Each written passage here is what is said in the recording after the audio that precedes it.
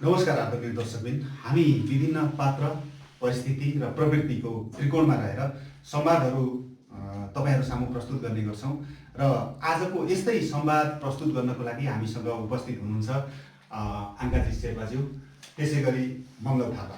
तपाईहरुलाई स्वागत छ। धन्यवाद। मैले पहिलो प्रश्न आङ्काजी दाइतर्फै गर्न चाहे। अहिलेको सरकारतिरै जाउँ, कतिको सफल देख्नुहुन्छ? अहिलेलाई केही हदसम्म टरेको छ, तर यो स्थायी रूपले टरेको पनि होइन। यो आत्मआलोचना नेपालको इतिहासमा प्रथम पटक चाइनिज गभर्नमेन्टले टाँसेको राजनीति हो। नेपालमा जब जब ध्रुवीकरण हुन्थ्यो, के अरे इन्डियाको फेभिकोलले टाँस्ने प्रचलन थियो, यसपटक चाहिँ नि प्रथम पटक चाइनिज फेभिकोलले पनि नेपालको राजनीति टाँसिँदो रहेछ भन्ने चाहिँ एउटा उदाहरण स्थापित भएको छ। तर यो छोडेको जस्तो मलाई लाग्छ। अनि त्यो विवादलाई एकातिर पन्साउँदै गर्दाखेरि त्यो आफ्नो ठाउँमा रहला हैन, तर जनता र सरकारको भूमिका जनतामा कतिको प्रभावकारी देख्नुहुन्छ? होइन, सरकारको भूमिका त जनतामा प्रभावकारी त होइन कि त्यो दुई तिहाईको करिब बहुमतको सरकार, स्थिर सरकार आम नेपाली जनताको आकांक्षा र जनताले त्यो स्थिर सरकार गठन गर्ने अवसर कम्युनिस्ट पार्टीका अध्यक्ष केपी ओलीले दिए। तर केपी ओलीले जनतालाई दिएको जनादेश आम नेपाली जनता र देशको विकास, आम नेपाली जनताको सुख शान्तिको लागि भन्दा पनि अथवा सेवाको लागि भन्दा पनि आफ्नो स्वार्थ सिद्ध गर्नलाई ती सम्पूर्ण जनादेशलाई प्रयोग गर्यो। जसले गर्दाखेरि यत्रो बहुमतले निर्वाचित केपी ओली यो मध्य भागमा आएर यति अलोकप्रिय हुनुको कारण पनि त्यही नै हो। भनेपछि जनताको नजरबाट तपाईले हेर्दा सरकार अहिले पुरै असफल छ?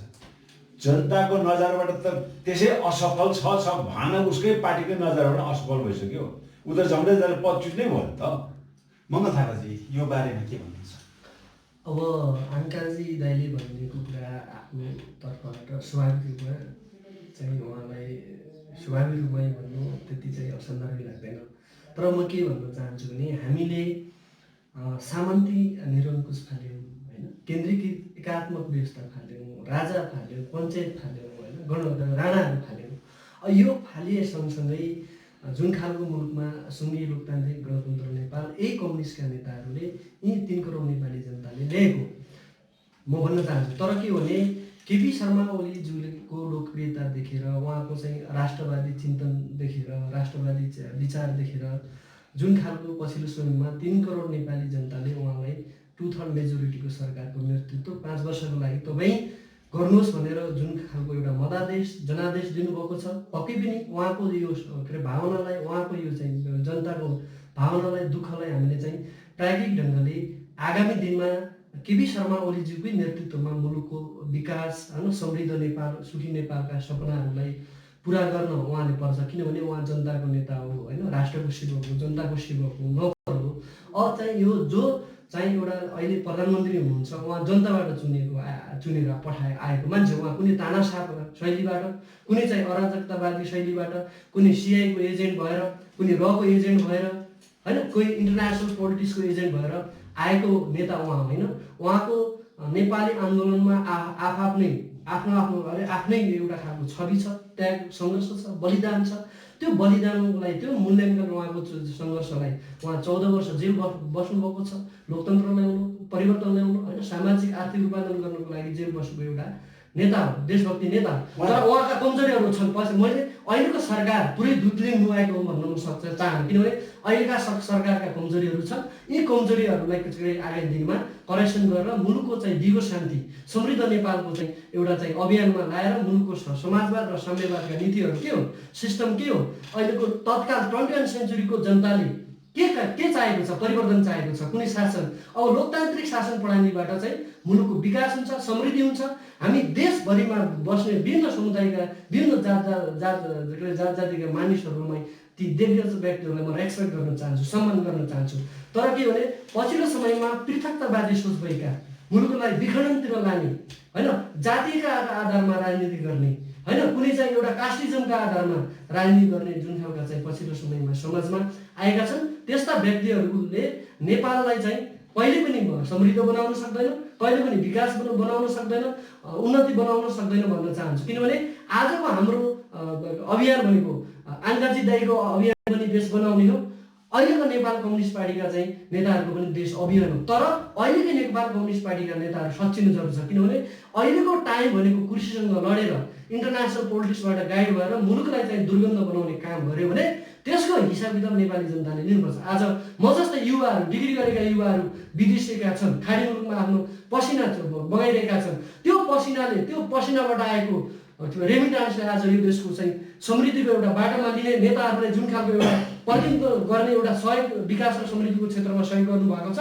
उनीहरूका भावनालाई र सर्वहारा श्रमजीविका चाहिँ के अरे साथीहरूको चाहिँ हामीले उद्धार गऱ्यौँ भने यो नेपाली जनताले हामीले के अरे छुट दिनेवाला छैन। हामीले लेनिनका मार्क्सवादका सिद्धान्त पढ्यौँ, लेनिनका पढ्यौँ, होचिमिनका पढ्यौँ, डाक्टर चे गभर्नरका पढ्यौँ, माओ सेतुङका पढ्यौँ, होइन, तर के अरे लेनिनका पढ्यौँ, तर हामी सिद्धान्त मात्र कहिलेसम्म पढ्ने? अब हामी व्यवहारवादी भएर सबै सिद्धान्तलाई मानेर हामी अमेरिका जस्तै, चाइना जस्तै व्यवहारवादी बनेर मुलुकको नागरिकको समस्याको समाधान गर्नुपर्छ। तपाईँको भनाइअनुसार विवादित भनाइ त तपाईँभित्रै छ नि, होइन, बाजिएको छ नि। तपाईँ आफै भन्नुहुन्छ 3 करोड नेपालीले चाहिँ मत दिएर बनाएको सरकार केपी ओलीको नेतृत्वमा। तपाईँ आफै भन्नुहुन्छ विखण्डनवादी जातीय नारा उठाउने पक्ष पनि छन्। 3 करोड सबैले केपी ओलीलाई चाहिँ भोट दिएको भए त त्यस्तो विवाद आउँदैन थियो होला। विवाद यस्तो हो सर, अब मलाई पक्कै लाग्छ भने अहिलेको सरकार 2/3 मेजोरिटीको सरकार हो। यो चाहिँ जनताबाट चुनेर आएको सरकार हो। मैले भने अहिलेको सरकारलाई असफल बनाउने विभिन्न किसिमका तत्त्वहरू लागिरहेका छन्। त म त्यो नाम किरान म गर्न चाहन्छु, किनभने सामाजिक अभियन्ताको नाउँमा सामाजिक अभियन्ताको नाउँमा जनतालाई चाहिँ समृद्ध बनाउँछु, रोजगार बनाउँछु भन्ने नाउँमा जनतालाई जुन खालको एउटा भरमको खेती गरेका छन्, विज्ञानवादीको खेती गरेका छन्, भरम फैलाएका छन्, त्यस्ता तत्त्वहरूपछि चाहिँ हामी सजग हुन तयार छौँ। हामी सधैँ अब लोकतन्त्र गणतन्त्रलाई समाप्त पार्यो भने अबको विकल्प के म भन्न चाहन्छु। आङ्काजी दाइ, एउटा तपाईँलाई मैले यसैमा भन्न चाहेँ, होइन, तपाईँले पनि यसमा जवाब दिनुहोस्। उहाँले भन्नुभएको विखण्डनवादी कसरी बुझ्नुहुन्छ त्यो शब्द? 2-3 कुरा अब उहाँको भनाइमा 2-3 कुरा। एउटा कुरा, नेपालको जुन प्रकारको निर्वाचन प्रणाली छ, केपी ओली 3 करोड नेपाली जनताले निर्वाचित प्रधानमन्त्री होइन। केपी ओली सामान्यतः झापाको एउटा निर्वाचन क्षेत्रबाट 30-35 हजारको भोटले जितेर आएको व्यक्ति हो र पार्टीभित्र उहाँ जाने अध्यक्ष निर्वाचित भयो। त्यसको हैसियतमा उहाँ देशको प्रधानमन्त्री हो। उहाँले त भन्दै हुनुहुन्छ 3 करोड जनता। मैले भन्दैछु नि, हामी त्यसै कारणले प्रत्यक्ष जननिर्वाचित कार्यकारी राष्ट्रपति अथवा प्रधानमन्त्री हुनुपर्छ भन्ने हाम्रो माग पनि त्यो हो। एउटा निर्वाचन क्षेत्रको 30-40 हजारले जिताएर पठाएको व्यक्तिले 3 करोड नेपालीलाई शासन गर्नु त्यो नैतिकताले पनि दिँदैन, एक। र अर्को कुरो, उहाँले भन्नु कसैलाई रहेको एजेन्ट भन्नुभयो, कहिले उसो उहाँ यो नेपालको इतिहासमा काङ्ग्रेस र प्रजातन्त्रवादीहरू दक्षिणसँग जोडेको छ, तैपनि दक्षिणका 1-2 नेताहरूसँग उहाँको परामर्श हुने हामीले सुनेका छौँ। त्यसो त नेपालका त्रिभुवनको पालादेखि, राणाको पालादेखि हिजो चाहिँ गणतन्त्रात्मक व्यवस्थामा माओवादी आउन्जेलसम्मको सबै सन्धिहरू दिल्ली दरबारमै गएर भएको यो कुरा लुकाएर हिजो त्रिभुवन के भन्छ भारतको एम्बेसीमा पैसा चाहिँ दिल्ली नभएको भए यो देशको राजा पनि हुने थियो। हिजो कृष्णप्रसाद सिटौला र बिपीहरूले गिरिजाप्रसाद कोइरालाले दिने नेपालको प्लेन हाइज्याक गरेर फारबिसगञ्जमा ल्यान्ड नगरेको भए यो देशमा बौद्धहरू पनि आउने थियो, होइन। हिजो प्रचण्ड र यिनीहरू चाहिँ भारतमा बसेर चाहिँ जनयुद्ध नल्याएको नेपालमा गणतन्त्र पनि आउने थियो। त्यस कारणले यो प्रकारको के अरे भनौँ शक्तिहरूसँग नेपालको राजनीतिको अलिकति चाहिँ बेला बखतमा परामर्श सम्पर्क भयो। त चमत्कारी कुरो के हो भन्दा यसपटक एउटा चीनको कम्युनिस्ट पार्टीको नेता आएर यहाँको कम्युनिस्ट पार्टीलाई प्रशिक्षण दिनु भनेको मतलब देशको सार्वभौमिकता कहाँ चाहिँ बन्धक राख्नु गर्छ यसपटक कम्युनिस्ट पार्टीले। हेर्नुहोस्,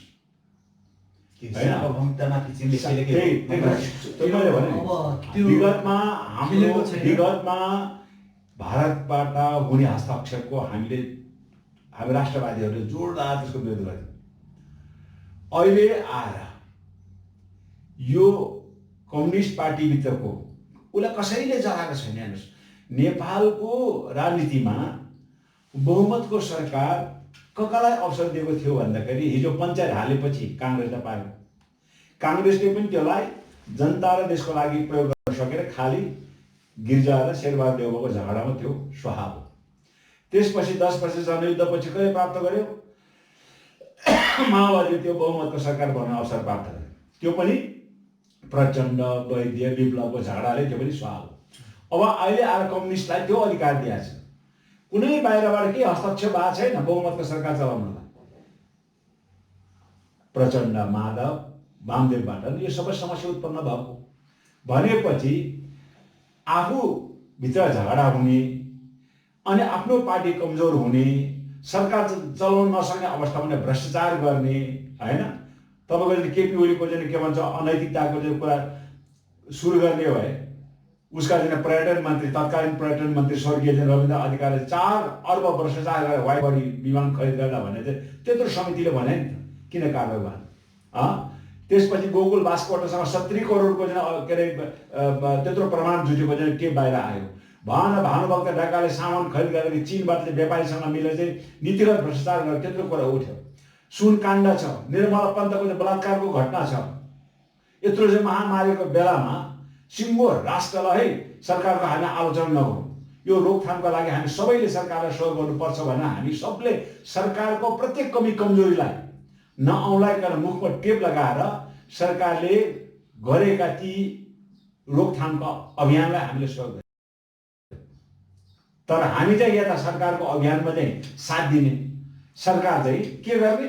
अध्यादेश ल्याउने, देशमा राजनीतिक अस्थिरता पैदा गर्ने, चीनबाट डाइरेक्ट हस्तक्षेप गर्न लगाउने, चीनका राजदूत रातारात चाहिँ तपाईँको चाहिँ बालुवाटारदेखि लिएर चाहिँ तपाईँको प्रचण्ड निवासदेखि लिएर संसार ठाउँमा घुम्ने, यसरी नाङ्गो हस्तक्षेप। म चीन विरोधी होइन, यस्तो खालको चाहिँ नाङ्गो हस्तक्षेप न हामी अमेरिकाको सहन सक्छौँ न भारतको सहन सक्छौँ। हामी चीन हो, किन? नेपाल आफै हो सार्वभौम सम्पन्न राज्य हो र यहाँका राजनीतिक पार्टीहरू उहाँले भने जस्तो गरेर अर्कालाई रहेको आरोप लाउने।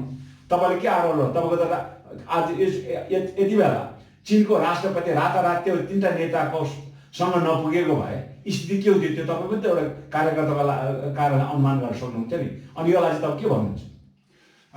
दाइले मैले एकछिन रोकिएँ, मङ्गल थापाजी भनिदिनु न त, अहिलेको अवस्थामा सरकार र जनता चाहिँ सँगै हुन पर्थ्यो महामारी नियन्त्रणको लागि। सरकारले भनिसक्यो सँगै छ, जनताले साथ दिनु। अहिलेको सरकारले त भन्नुभयो नि छैन। उहाँको विचार हो नि त, उहाँको विचार भयो। नीतिगत सरकार गरेको छ भने कारण यहाँ सुन्नुहोस्, अहिले हावाको पछाडि नलाग्नु। अहिलेको सरकार स्थिर सरकार हो, अस्थिर सरकार होइन। चाइनाले गरेको सहयोग हामीले बिर्सेनौँ, किनभने एउटा महामारीको बेला कोभिड-19ले नेपाललाई पनि प्रत्यक्ष असर परेको बेला चाइनाले सहयोग गरेको कुराहरू पनि हामीले प्रशंसा गर्नुपर्छ। र अहिलेको सरकारको चाइना प्रेमी छ न भारत प्रेमी छ, अहिलेको सरकार नेपाली जनता प्रेमी छ, नेपाली समाज प्रेमी छ। राष्ट्रिय एकताको चाहिँ पक्षमा लिएर अगाडि प्रभावित ढङ्गले अगाडि बढाउने पक्षमा त्यो सरकार चाइना हाम्रो छिमेकी राष्ट्र हो, भारत पनि हाम्रो छिमेकी राष्ट्र हो। किनभने हामीले दुईटै राष्ट्रलाई कुटनीतिक हिसाबमा हामीले फगाउन सक्नुपर्छ। किन फगाउनुपर्छ भने देशको समृद्धिको लागि, विकासको लागि, देशको हरेक क्षेत्रको परिवर्तनको लगानीको लागि हामीले कुनै पनि शक्तिलाई हामीले चिराउनु हुँदैन। तर कुटनीतिक तरिकाले चाइना, अब भारत हाम्रो छिमेकी राष्ट्र हो, तपाईँलाई थाहा छ होइन? चाइनाले चाहिँ अहिले नेपालको विकास र समृद्धिको लागि विभिन्न किसिमको अतुलनीय भूमिका गर्नुभएको छ। चाइनाले कहिले पनि नेपालको अहित चाहँदैन, चाइनाले हिँड्दै जान्छ। तर के भने अहिलेको सरकार 2/3 मेजोरिटीको सरकार भनेको जनताको सरकार हो। जनताद्वारा चुनिएको सरकारलाई हामीले जनताको सरकार भन्न मिल्छ। कुनै पार्टी भन्दा पनि अहिले देशको प्रधानमन्त्री सम्माननीय प्रधानमन्त्री केपी शर्मा ओलीज्यू भने देशको प्रधानमन्त्री हो, नागरिकको प्रधानमन्त्री, कुनै पार्टीको भन्दा पनि। अहिले उहाँले कुरा गर्नुभयो चलखेल भइरहेछ, कुनै पनि चलखेल भइरहेको छैन। किनभने अहिलेको नेतृत्वले मुलुकको समृद्धि र विकास गर्छ भनेर जुन खालको एउटा विश्वास गरेको थियो, त्यो विश्वासलाई नेपाली जनताको सपनालाई जुन आश छ, जुन अप्टिमिस्टिक छ अहिलेको सरकारप्रति, यदि 5 वर्षसम्म अहिलेको सरकारले विकास र समृद्धि गर्न सकेन, परिवर्तन गर्न सकेन, नेपाली नागरिकहरूलाई रोजगार दिन सकेन, कृषिको क्षेत्रमा परिवर्तन गर्न सकेन भने त्यसको हिसाब किताब आगामी दिनमा नेपाली जनताले गर्नेछ। म भन्न चाहन्छु। अर्को कुरा के भने हामी चाहिँ कुनै पनि राष्ट्रलाई इन्टरनेसनल पोलिटिक्सबाट हामी गाइड भएर कुनै पनि राष्ट्रलाई गाली नगरौँ, किनभने हामीलाई विश्वमा चाहिँ सबै राष्ट्रको चाहिँ खाँचो छ, किनभने हामी चाहिँ आर्थिक हिसाबमा कमजोर छौँ, हामी हरेक चाहिँ इन्फ्रास्ट्रक्चरमा कमजोर छौँ होइन। दार्ती सङ्घायको चाहिँ सहयोग अहिलेको समृद्धिलाई र विकासका सपना सिद्धान्तलाई पुरा गर्नको लागि आवश्यक छ भन्न चाहन्छु। हामी गुलाम बन्ने होइन, हामी गुलाम बन्ने होइन, कुटनीतिक तरिकाले हामी पञ्चशीलको सिद्धान्तलाई मान्ने मान्छे हो। तपाईँको पञ्चशीलको सिद्धान्त अनुसार उहाँको भनाइ के भयो भन्दाखेरि चीनले हस्तक्षेप गर्यो गरेको छैन, त्यो होइन, पञ्चशीलका आधारमा भयो, अरूलाई चाहिँ नि रग एजेन्ट, तपाईँले रग एजेन्ट भनेर तपाईँ होला, तपाईँलाई भन्यो होइन मैले सोचले भन्नु किन छ नि दाइ। नेपालमा भएको कुनै पनि राजनीतिक संगठन, त्यो काङ्ग्रेस होस् चाहे त्यो हिन्दू बज्ने राजतन्त्रको चाहिँ मुद्दा बोक्ने राप्रपा होस्, त्यो एउटा आधिकारिक नेपाल सरकारले स्वीकारेको राजनीतिक सङ्गठन हो। त्यो राजनीतिक सङ्गठनको श्रेयलाई बदनाम गराउनलाई तथा नाम कसलाई रको एजेन्ट, कसलाई स्यागको एजेन्ट, कसलाई के को आज तपाईँको पार्टीमा 12 बजेको घाम जतिको छर्लङ्ग भयो कि पार्टी विभाजनको सङ्घारमा पुगिरहँदाखेरि चाइनिजका राजदूत रातारात भएर भोलिपल्ट आत्मालोचना गरेर सुन्नु होइन, यो एकता हुनुको पछाडि यो हस्तक्षेपलाई नेपाली जनताले कसरी मूल्याङ्कन गर्छ, एउटा कुरा नम्बर 1 कुरा है। नम्बर 2 कुरा उहाँले भन्नुभयो सरकारको लोकप्रियता। मलाई भन्नुहोस्, नेपालको सरकारले, केपी ओलीको सरकारले यो 2 वर्षको अवधि त सक्यो, 2 वर्षको अवधिमा त्यस्तो अद्भुत नेपाली जनताले वाह गर्ने, मुखले रेल ल्याइदिइहाल्यो, मुखले घर घरमा चाहिँ ग्यास पुऱ्याइदिइहाल्यो, मुखले पानी जहाज ल्याइहाल्यो होइन। त्यो उहाँको सपना ल्याउँछु भन्न त पाइयो नि त, केही टाइम लाग्ला छ, तपाईलाई कुनै पनि देश शक्तिशाली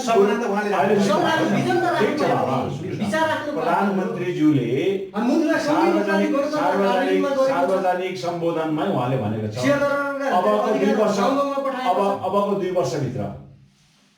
वर्षभित्र उहाँले एक कुरा भन्नुभएको छ, यदि मैले भनेको कुराहरू भएका छन् भने फेरि मेरो छेउमा अन्तर्वार्ता लिन आउनुहोस् भने।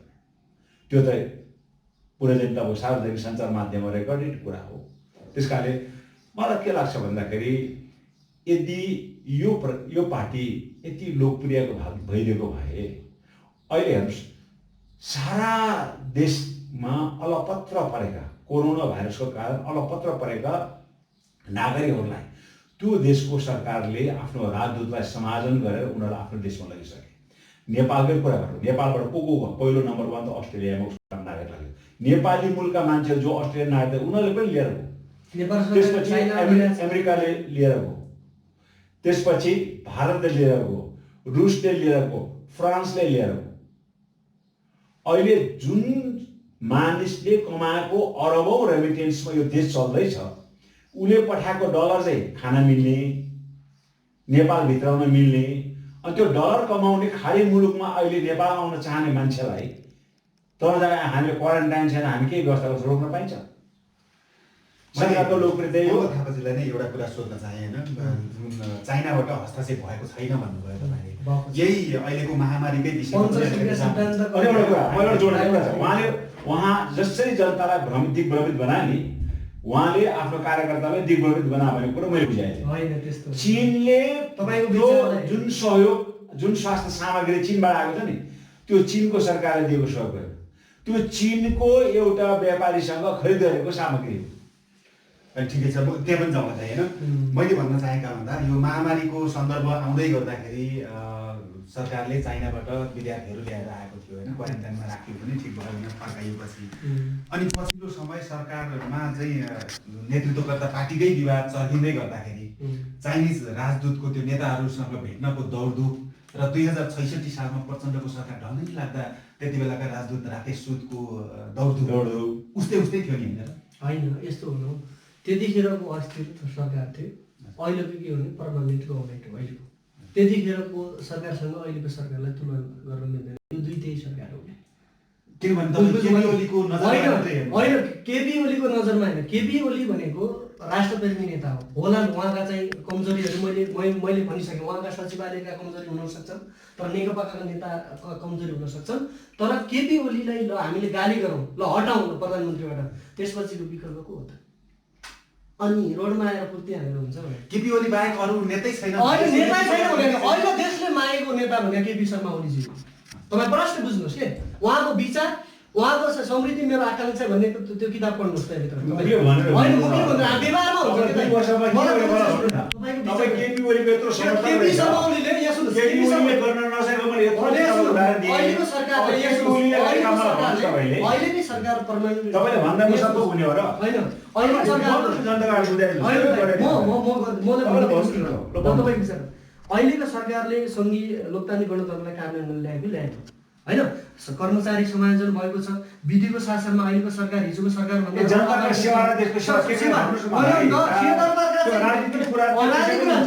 जनताका चाहिँ के अरे सेवादरबारका चाहिँ समस्याहरू गाउँघरमा अहिले के अरे पुगेको छ। किन पुगेन त यदि सङ्घीय सरकारले सम्पूर्ण प्रदेशलाई दिनुपर्ने अधिकार दिएको भए अहिले सङ्घीय सरकार आत्मनिर्भर हुन्थ्यो। आर्थिक स्रोत खुम्चाएर चाहिँ राखिरहेछ, अधिकारहरू हामी अहिले हाम्रो देश कोभिड-19बाट सङ्क्रमित भएको छ। अनि त्यसले कोभिड-19ले हाम्रो देशलाई असर पारेको छ। अहिले मुलुकको चाहिँ नागरिक र सामाजिक अभियन्ता उहाँ जस्तो दिग्गज व्यक्तित्वहरू अहिले नाना थरी गाली गर्दा होइन बहस गर्नुभन्दा पनि अब हामी चाहिँ केपी ओलीले न त कोभिड-19लाई चाहिँ रोकथाम गर्न प्रभावकारी कदम लकडाउन मान्छे संसारले गरेछ कि कोले गरेछ होइन नि त्यो शक्तिशाली कति नागरिकको मृत्यु भएको छ नेपालमा बसेको भएको छ त्यो एउटा ऐतिहासिक हामी यसो मलाई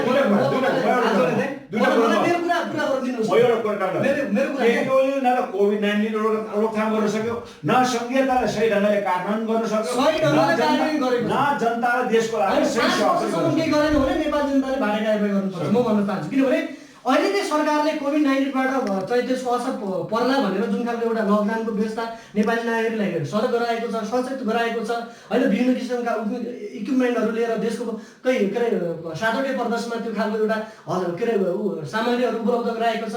योभन्दा कसैले कोभिड-19बाट कसैको मृत्यु त अमेरिकामा के अरे इटालीमा फ्रान्सको कतिको हो अमेरिका जस्तो एउटा शक्तिशाली राष्ट्र जो कि हरेक क्षेत्रमा विश्वलाई चुनौती दिने चाहिँ राष्ट्र आज चाहिँ 70,000 भन्दा बढी मान्छेको मृत्यु भएको छ कोरोना भाइरसबाट होइन। 10 लाखभन्दा मान्छेहरूको सङ्क्रमित छ, तर नेपालमा एउटा 59 जना जति सङ्क्रमित छ र एउटा पनि मृत्यु भयो। त्यो सफलता होइन केपी शर्मा ओलीजीको। राम्रो कुरालाई हामीले पर्सनल गर्नुपर्छ के सर। देशमा धेरै सरकारले वाक स्वतन्त्रतामा बन्देज लगाएको लगाएकै छ नि। हेर्नुहोस् यो यत्रो मिडिया इमान्सिपेसन यो तपाईँ जस्ता एउटा अहिले सरकारले कसैलाई बन्देज कसैले अघि भर्खर तपाईँले भन्नुभयो उहाँ जस्तो बकवास बोल्नुहुन्छ भनेर उहाँले म व्यवहारिक सुन्नुहोस् उहाँ जस्तो सिनियर मान्छेको समर्थकहरूले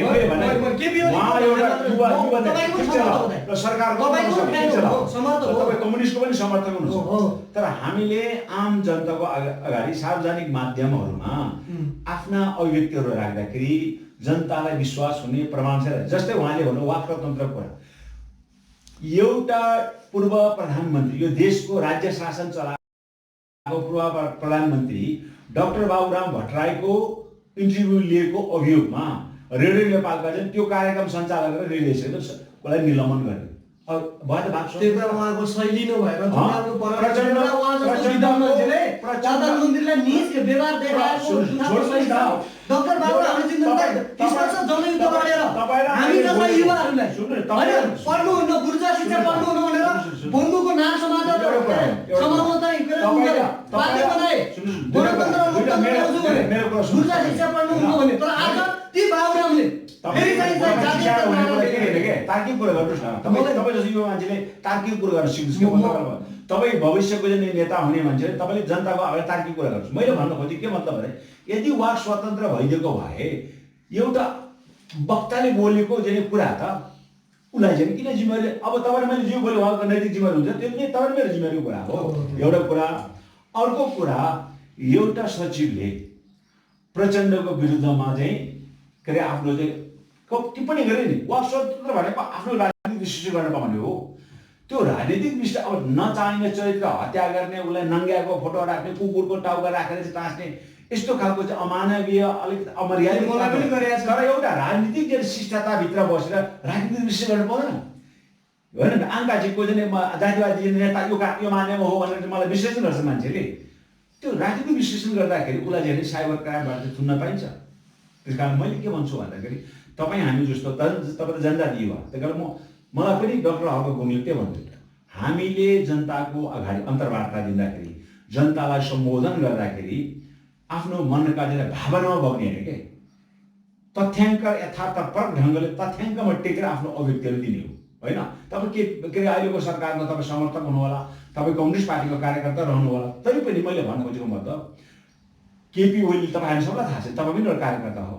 रेलको कुरा कस्तो मजाकले भन्नुभएको थियो, हामीलाई पनि गर्व लागेको थियो होइन। त्यसपछि आएर पानी जालको कुरा गर्नुभएको थियो, घर घरमा ग्यास हुन्छ, ठ्याक्क चाहिँ मिटर स्विच अन गर्ने, त्यसपछि ग्यास बाल्ने भन्नुभयो। अहिले उहाँ चाहिँ मान्छे ग्यास लिनको लागि 3 घन्टा 4 घन्टा लाइन लाग्नुपर्ने अवस्था। त्यही कारण मैले भने देशको प्रधानमन्त्रीहरूले पनि बोल्दाखेरि होइन अलिकति हेक्का राखेर राज्यको संयन्त्रसँग त्यसको अध्ययन अनुसन्धान गरेर बोल्नु पर्यो। अब कोरोना भाइरसको बारेमा उहाँले दिएको अभिव्यक्ति कति हास्यास्पद भन्नु नि त। उहाँकोमा त्यत्रो विद्वत डक्टर्सहरू छैन। अनि प्रश्न उठ्यो केपी ओलीले आफ्नो चाहिँ विद्वत सल्लाहकारहरूको सल्लाह मान्दैन कि अथवा सल्लाह दिए पनि नमान्दा आफूले मन जे लाग्छ त्यति बोल्छ भनेको। त्यही भएर एउटा प्रधानमन्त्रीले कोरोना भाइरस के हो भन्ने बारेमा सार्वजनिक अभिव्यक्ति दिन जरुरी थियो र त्यो त विशेषज्ञहरूले दिने कुरा हो होइन। तपाईँ विशेष गरी अब जातीय मुद्दाहरू बढी उठाउनु पनि हुन्छ होइन, बाहुनवाद पनि भन्नुहुन्छ, एकात्मक राज्य प्रणालीको अन्त्य हो मनोज थापाजीले भन्दै गर्दा तपाईँ के भन्नुहुन्छ? होइन, एकात्मक राज्य प्रणालीको कसरी अन्त भयो उहाँले पनि भन्नुभयो। मैले भने अघि नै मैले भने तपाईँले हामी जस्तो अभियन्ता र प्रत्येक के अरे भनौँ न मान्छेले बोल्दाखेरि तार्किक कुरा गर्नु पऱ्यो। एकात्मक राज्य सत्ता भनेको हाम्रो समाज चाहिँ समावेशी छ, तर सिंहदरबार समावेशी भएन, राज्य सत्ताहरू समावेशी भएन। अहिले पनि तपाईँको प्रधानमन्त्री हुने होडबाडी चल्यो। कम्युनिस्ट 250 वर्ष गणतन्त्रका लागि जुन युद्धको अग्रपङ्क्तिमा चाहिँ गोला र बारुद लड्ने त को थियो भन्नुहोस् न? वर्षमान नन्दगिरी पासँग होइन। 9 वर्षको चाहिँ एउटा नानीको आमाले हातमा चाहिँ काखमा नानी लिएर चाहिँ हातमा मेसिन गन लिएको तस्बिर हाम्रो अगाडि जल्दै आउँदैन। अनि अहिले देशको प्रधानमन्त्री हुने बेलामा जनजातिको नाम महिलाको नाम आयो। त्यही मान्छे गरिबले दोहोरिरहने। वामदेवलाई एउटा पहाडे बाहुनलाई देशको प्रधानमन्त्री बनाउनलाई संविधान संशोधन गर्न तयार हुने, अनि त्यो हिजो मुक्तिको नाममा बन्दुक बोक्ने एउटा महिलालाई प्रधानमन्त्री बनाउन संविधान संशोधन हुनु पर्दैन? सुभाष नेमाङलाई चाहिँ के अरे प्रधानमन्त्री बनाउन सकिँदैन? रामबहादुर थापा बादालाई प्रधानमन्त्री बनाउन सकिँदैन? हो, यस कारणले सेना प्रमुख पहाडे बाहुन, आइजिपी पहाडे बाहुन, न्यायाधीश पहाडे बाहुन, आयोग नियोग पहाडे बाहुन।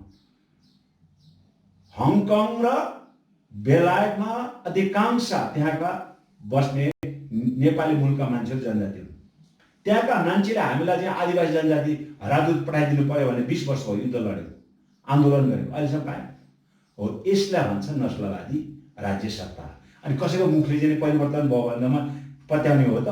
त्यही कारण तपाईँ हामी यथार्थपरक ढङ्गले यसको जिम्मेवार कसलाई देख्नुहुन्छ तपाईँ? यो राज्य सत्ताको हो। मैले कुरा उठाएँ त हिजो, मैले अन्तर्वार्ता मैले भने मैले कुरा बुझ्दाखेरि आजै यो पार्टी एकजुट किन भयो भन्दाखेरि दुईटा कारण। एक, चीनले हस्तक्षेप गर्यो अथवा चीनको सहयोग प्राप्त भयो सभ्य भाषा र अलिक सकारात्मक भन्दाखेरि। अर्को के हो भन्दाखेरि जनजातिहरूले पनि आवाज उठायो, अब प्रधानमन्त्री हामीलाई बनाउनुपर्छ। घरिघरि चाहिँ नि प्रचण्ड हामी नहेरेको प्रधानमन्त्री हेरेको नि त होइन, झलनाथ र माधव नेपाल नहेरेको हेरेको, वामदेव गौतम 2-2 चोटि के अरे गृहमन्त्री र मन्त्री भएको। त्यस कारण अब नयाँ अनुहार बरु युवा ल्याउँ होइन, नयाँ जोस लागेर युवा ल्याउँ होइन, भएन महिलाहरू ल्याउनुहोस्। अब भएन जनजाति, मैले भने प्रचण्ड र चाहिँ के अरे केपी ओलीको हाराहारीमा हाम्रो के अरे कम्युनिस्ट पार्टीको नेताहरू छन् नि, उनीहरूलाई प्रधानमन्त्री एउटा चाहिँ के अरे लोक के अरे हाम्रो के भन्छ के अरे हाम्रो विद्युतको के अरे उसको नाम कुलमान घिसिङले यत्रो चाहिँ अद्भुत चमत्कार गर्छ होइन। महावीर पुनले एउटा चाहिँ त्यत्रो रिमोट चाहिँ एरियामा दुर्गम क्षेत्रमा के अरे एउटा इन्टरनेट पुऱ्याउन सक्छ। सन्दुक ऋणले एउटा आश्चर्य विश्वलाई आश्चर्यचकित बनाउने चाहिँ चक्षुको चाहिँ अपरेसन गर्न सक्छ भने यो देशको प्रधानमन्त्री 250 वर्षमा अहिलेसम्म हुन सकेन। एकचोटि मरिचमान चाहिँ त्यो के अरे राजाको पाला भएको थियो, त्यो पनि मरिचमान सिंह लेखे श्रेष्ठ लेखेको उसलाई पाउँदैन थियो, सर्त नै थियो तिमीले श्रेष्ठ लेख्न पाउँदैन, सिंह मात्रै लेख्न भनेर सिंह लेखेर उसलाई यो देशको प्रधानमन्त्री बनाइयो। त्यो अवस्था त छैन नि अहिले त। त्यही कारण मैले के भन्छु भन्दाखेरि राज्य सत्ता हाम्रो शासन व्यवस्था पटक पटक परिवर्तन भए पनि हाम्रो गुनासो के भन्दाखेरि शासक कहिले पनि परिवर्तन। राणा ढाल्यो बौद्धले व्यवस्था त्यही पाहाडे बाहुन, पञ्चायत ढाल्यो के अरे त्यसपछि आयो फेरि पनि त्यही पाहाडे बाहुन, भन 10 वर्ष जनयुद्धपछि फेरि पनि के शासन व्यवस्था फेरि गणतन्त्र आयो त्यसमा पनि त्यही पाहाडे बाहुन, पार्टी फुट्दा पनि त्यही पाहाडे बाहुन, पार्टी चाहिँ जुट्दा पनि त्यही पाहाडे बाहुन, अनि अरू चाहिँ यो देशको कार्यकारिणी अधिकार कहिले पाउँदैन। विकल्प दिनुभएको छ केही? यो प्रश्न गर्न सजिलो हुन्छ होइन कतिपय कुरा। ठिक छ, मैले भने नि विकल्प दिनुभएको छ। जनताले तपाईँ पनि फेरि यो के अरे नस्लीय चिन्तनबाट चाहिँ प्रश्न गर्नु भएन। वामदेव गौतम भनेको जनताले हराएको हो कि हराएको मान्छेले यो देशको प्रधानमन्त्री बनाउन कानुन संविधान संशोधन हुन्छ भने सुभाष नेतृत्वमा त सिटिङ के अरे हो उपनेता हो संसदीय दलको, भइसकेको त छैन नि। चर्चा चल्यो, अब फेरि भकुण्डो बनाउने वामदेवको भलाई भन्ने कुरो पो चलिरहेको छ। मैले के भन्छु भन्दाखेरि हारेको मूल जनताले चाहिँ के अरे चाहिँ परास्त गरेको मान्छेलाई संविधान संशोधन गरेर देशको प्रधानमन्त्री बनाउने कल्पना त्यो कम्युनिस्ट पार्टी जस्तो भित्र हुनु त्योभन्दा नस्ले चिन्तन के हो? त्यो भित्र भएको सुभाष नेमाङको बारेमा किन सोचेन? त्यो भित्र बस्ने महिला चाहिँ हिजो युद्ध मैदानको अग्रपङ्क्तिमा मेसिन गन बोक्ने महिलाको बारेमा किन सोचेन? मङ्गल थापाजी के लाग्छ? अब अहिले नस्लवादी चिन्तन नेकपा भएको छैन, केही कुराहरू कमजोरी भएको छ। जुन चाहिँ उहाँ दाइले वामदेवलाई चोर बाटोबाट अथवा असंवैधानिक बाटोबाट देशको प्रधानमन्त्री बनाउन खोज्नु त्यो दुर्भाग्य हो, त्यो नेपाली जनताको पक्षमा होइन। किनभने उहाँलाई त बर्दिया क्षेत्रबाट त्यहाँको जनताले तपाईँ 5 वर्षको लागि वेट गर्नुहोस्, तपाईँ देश बाहिर के अरे सरकार बाहिरबाट देशको समृद्ध विकासको लागि सहयोग गर्नुहोस् भन्ने जुन खालको एउटा वातावरण, जुन खालको एउटा जनादेश दिनुभएको छ, पक्कै पनि यो सिद्धान्तलाई अहिलेको सरकारले त्यो जनमतको कदरलाई अहिलेको सरकारले मानेन भने अहिलेको वामदेव के अरे गौतमलाई मुलुकको प्रधानमन्त्री भने देश दुर्घटनातिर जान्छ होइन। यो प्रक्रिया हामी लाग्नु सुभाष जुन चाहिँ मलाई के भने म दाइलाई पनि के अपिल गर्न चाहन्छु, तपाईँ आङकाजी शेर्पा एउटा जनजातिको छोरो हो, तपाईँले यो देशको कार्यकारी प्रमुख बन्न पाउनुहुन्छ। त्यो नेपालको संविधानले कहीँ पनि रोकेको छैन होइन। तपाईँ आफ्नो चाहिँ क्षमता प्रकट गर्नुहोस्। वामदेवको के क्षमता थियो कि उसलाई चाहिँ यो देशको संविधान संशोधन गरेर प्रधानमन्त्री बनाउने, अनि यो देशको सभामुख भयो, 2-2 चोटि सभामुख भएको सुभाष नेमाङको नाम किन आएन भन्ने प्रश्न। सुभाष नेमाङ भनेको नेपाल कम्युनिस्टको इथिक्स र मोरालिटी भएको एउटा उहाँको छुट्टै खाले भिजन र विचार भएको सुभाष नेमाङ पनि यो देशको प्रधानमन्त्री बन्नुपर्छ, बन्नु हुँदैन भन्ने मेरो बन्नुपर्छ। उहाँ जस्तो एउटा इनोसेन्ट मान्छे मलाई लाग्छ, उहाँ जस्तो इनोसेन्ट मान्छे, उहाँ जस्तो चाहिँ बौद्धिक अथवा तार्किक क्षमता र इमानदारिता भएको व्यक्तित्व अहिलेसम्म यो मुलुकको कुनै पनि पार्टीमा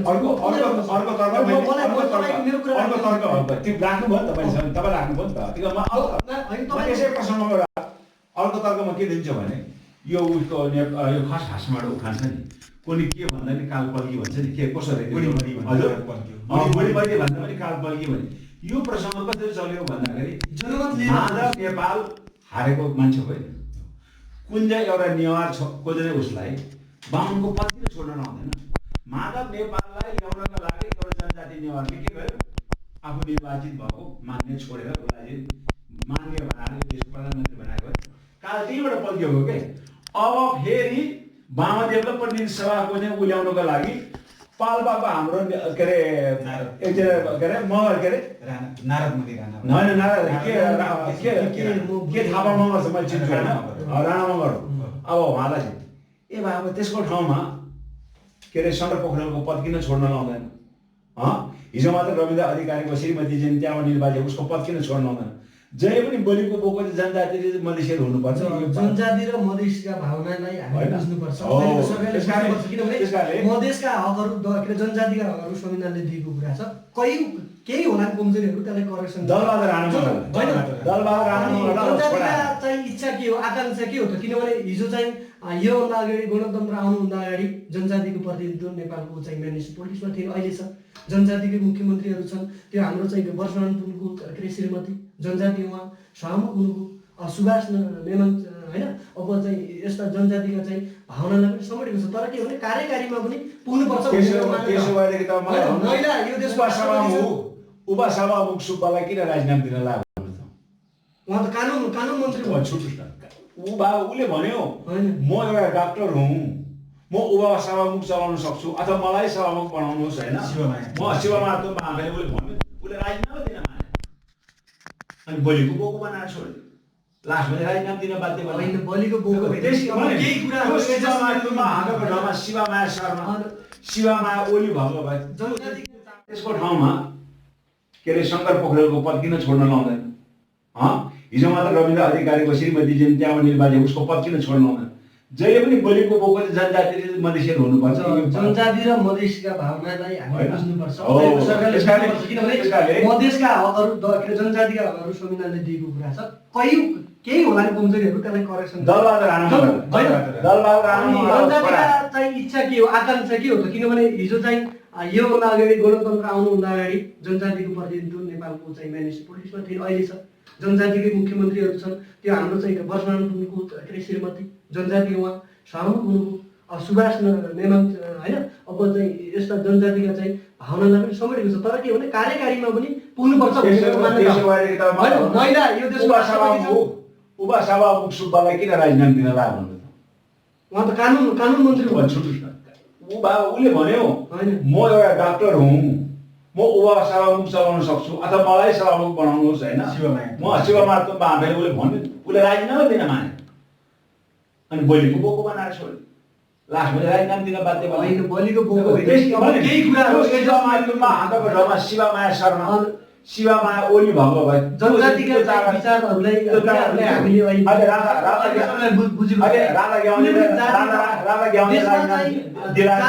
जातीयताका आधारमा राजनीति गर्ने ती सामाजिक अपराधीहरूलाई म सिधै भन्छु। तर जनजातिलाई अधिकार दिनुपर्छ। जसरी बाहुनहरूलाई क्षेत्रीहरूलाई दिएको छ त्यही चाहिँ इक्वालिटी व्यवहार राज्यले चाहिँ जनजातिलाई दिनुपर्छ। किनभने नेपालको संविधान 2072 को धारा भाग 3 को धारा 8 मा राइट टु इक्वालिटी छ। अब समानताको हक। तपाईलाई अर्को राष्ट्रिय चिन्ता जातिवादी भाग्यो भन्नु। हामी जातिवादी, हामी नेपाली हो। देशमा सबै ठाउँको बसोबास गर्ने समुदायहरूलाई हामी इक्वालिटी व्यवहार गर्नुपर्छ। तपाईले यो चाहे त्यो राज्यको क्षेत्रमा होस् चाहे त्यो प्रशासनिक नसरावादी भनेको के हो? हिटर साइड मैले पढाएको छु है। तपाई सब ग्यास चेम्बरमा त्यसरी जलाएको सबभन्दा तपाई पहिलो के हो भन्दाखेरि तपाई जन्मिँदाखेरि तपाई आफ्नो म जन्मिँदा म के हो? शेर्पा हुँ। म नेपालमा बसे म नेपाली शेर्पा भएँ। अमेरिकामा गएर बसे म के हुन्छु? अमेरिकाको शेर्पा हुन्छु। शेर्पा मेरो छोड्दैन नि। म चाहिँ के अरे बेलायतको नागरिकता लियो भने म चाहिँ बेलायतको शेर्पा हुन्छु। त्यही कारणले शेर्पा मेरो सुन्नु शेर्पा मेरो रियल पैसा। अब सुन्नु जातिका आधारमा मैले तपाईलाई तपाईँको चेतनाको बिल्कुल नखोल्नु न दुःख लाग्छ कि मैले भर्खर तपाईँलाई उदाहरण दिइसकेँ। तपाईँकै कम्युनिस्ट पार्टीभित्र जातिवाद कति रहेछ, नस्लीय चिन्तन कति रहेछ भने मैले तपाईँलाई भर्खर उदाहरण दिएँ। अब त तपाईँको चेत पनि खोल्नुहोस् न। तपाईँ अङ्काती भएर कुरा गर्नुहोस् तपाईँ पनि। यत्रो प्रशिक्षण तपाईँलाई मैले दिइसकेपछि पनि अहिले पनि तपाईँ आफ्नो पार्टीको असाध्य चाहिँ नजानिदो पाराले प्रतिरक्षामा नउत्रिनुहोस्। मैले भन्नु खोजेको कुनै जमानामा म पनि कम्युनिस्ट पार्टी नै थिएँ। त्यो पार्टीले जब पहिलो संविधान सभामा हाम्रो पक्षमा भएको संविधानलाई विघटन गर्ने काम नेकपा एमाले विघटन गर्यो, त्यसपछि मैले छोडेँ। त्यो पार्टीभित्र हिजो को थियो? अहिलेका चाहिँ उपेन्द्र यादवहरू, यी महन्त ठाकुर थिए कि काङ्ग्रेस थिए, कोही कोही एमाले थिए। त्यो व्यक्तिहरू किन त्यो पार्टी छोडे त? यत्रो उसको योगदान छ, उत्रो मेहनत छ। ऊ त्यो पार्टीभित्र चाहिँ ठुल्ठुला मन्त्री पद खान हैसियत थियो। उसलाई किन छोड्यो भन्दाखेरि यो पार्टीभित्र बसेर मेरो मुक्ति होला, मैले राजनीतिक अवसर पाउनु, त्यो मेरो जाति समुदायको मुक्ति यसले दिन सक्दैन भनेर पार्टी खोलेर अहिले 2 नम्बरमा त सरकार त गर्नु पर्यो नि त। त्यो राजनीतिक चेतना तपाईँ जस्तो युवामा हुनु पर्यो। अब हामी त ढाँडा काटिसकेको बुढो मान्छे हो होइन। त्यही कारण तपाईँ जस्तो युवामा चाहिँ जस्तै भारतको अम्बेडकर होइन को कुरा छ। त्यो भावनामा विद्रोहीपना आउनु पर्यो बाबा। हिजो साम्यवाद, बहुदलीय जनवाद, मार्क्सवाद, वर्गीय उत्पीडनको अन्त हुँदाखेरि जातिको पनि जुन उत्पीडन अन्त हुन्छ भन्ने कम्युनिस्ट पार्टीले, अनि जातीय उत्पीडन भएन भन्दा त्यो उत्पीडन अन्त भएन भनेर कराउने मान्छे जसलाई चाहिँ जातिवादी भन्ने, अनि त्यो उत्पीडन लादिराख्नेले चाहिँ ऊ अब चाहिँ राष्ट्रवादी हुने, यस्तो खालको व्याख्या पनि त हामी स्वीकार्नु हुँदैन भन्ने मेरो तपाईँलाई। विगतमा मोहम्मदजी, अब तपाईँ त्यही कम्युनिस्ट पार्टीकै एउटा युवा नेता पनि हुनुहुन्छ होइन, विगतमा माओवादीले युद्ध गर्दै गर्दाखेरि जातीय राज्यकै मुद्दा अगाडि बढाएको हो होइन, पछि अब त्यहाँबाट एउटा जनमत पनि सिर्जना भएको थियो, त्यो सत्य त हामी भुल्न सक्दैनौँ नि होइन, त्यो सत्य नै हो। र पछि ती एजेन्डाहरू जुदाएर तत्कालीन एमाले र माओवादीको एकता हो। तपाईँले त्यो भन्दै गर्दाखेरि जातीय नारा आउँदै हुँदैन भन्दै गर्दाखेरि माओवादी र एमालेको एकता अझै नभएको भान तपाईँलाई हुन्छ? होइन, मलाई अहिले माओवादी र एमालेको एकता भएको छ, भावनात्मक एकता भएको छ। पक्कै पनि यो चाहिँ कसैले इन्ट्रेस्टको आधारमा टुट्ने र फुट्ने पार्टी होइन, फुटे आवेशको महत्त्व हुन्छ कम्युनिस्ट। मैले धेरै कुरा यो व्याख्या विश्लेषण गरेँ। जुन हिजोको दिनमा पूर्व माओवादीहरूले जातीयताका नारा होइन, दलितका नारा अनि चाहिँ शेर्पाका नारा अनि बाहुन क्षेत्रीका नारा जुन खालको चाहिँ लुट्यो, अब चाहिँ जनजातिलाई यो अधिकार दिउँ भनेर जुन खालको एउटा मुभमेन्ट गरेको थियो, पक्कै पनि ती कमजोरीहरू अहिले छन्, नभएका होइन। हिजो माओवादीले यस्तो गरेको थियो, अब हामीले पनि यस्तो गर्नुपर्छ भन्ने होइन। किनभने अहिलेको जनता भनेको 21st सेन्चुरी, कुनै जातिवाद भन्दा पनि अहिलेको जनता विकास चाहन्छ, रोजगार चाहन्छ, शिक्षा चाहन्छ, स्वास्थ्य चाहन्छ, साइन्स एन्ड टेक्नोलोजीमा इन्टरनेसनल फर्ममा चाहिँ अगाडि हरेक क्षेत्रमा अगाडि बढ्न चाहन्छ के। अब कुनै जातका आधारमा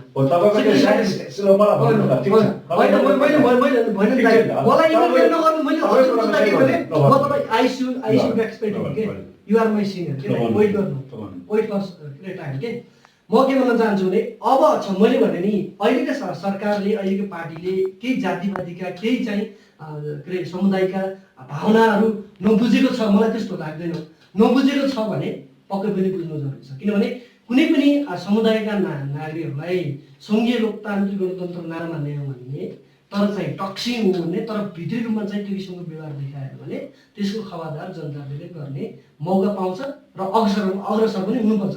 म आनकाजी दाइले, म मेरो सिनियर मान्छे हो, मेरो अभिभावकले उहाँलाई रेस्पेक्ट गर्छु, उहाँको विचारलाई म रेस्पेक्ट गर्छु। तर के भने कुरो के हुन्थ्यो भने अब हामी देशभरिमै बस्ने समुदायका, चाहे त्यो बाहुनको छोरा होस्, चाहे त्यो जनजातिको छोरा होस्, चाहे त्यो दलितको छोरा होस्, चाहे त्यो राउटेको क्षेत्र हो, सबैलाई इक्वालिटी समानको व्यवहार सहित होइन, मुलुकको चाहिँ अथवा जनजातिको छोरा यदि मुलुकको कार्यकारी बढ्न चाहन्छ भने ऊ चाहिँ राजनीतिक दलीय सिस्टममा आएर जनताका चाहिँ सेन्टिमेन्ट जितेर होइन, आगामी चुनावमा त्यो किसिमको एउटा विचार, त्यो किसिमको एजेन्डा उनीहरूको समुदायमा दिएर त्यो खालको लोकप्रियता ल्यायो भने त हामी मान्न तयार छौँ। तपाईँको एउटा के आयो कुरो भन्दाखेरि नि, बुझेको छन् तर बोलिरहन्छन् भन्ने खालको तपाईँको कुरो आयो होइन, जनजातिहरूको नियतै गलत हो त एकदम। अब यहाँ सुन्नु न, हाम्रो जनजातिहरूमा, पार्टीभित्रबाट जनजातिहरूमा जहिले पनि दास मानसिकता हो कि आफू शासक कहिले नहुने। आज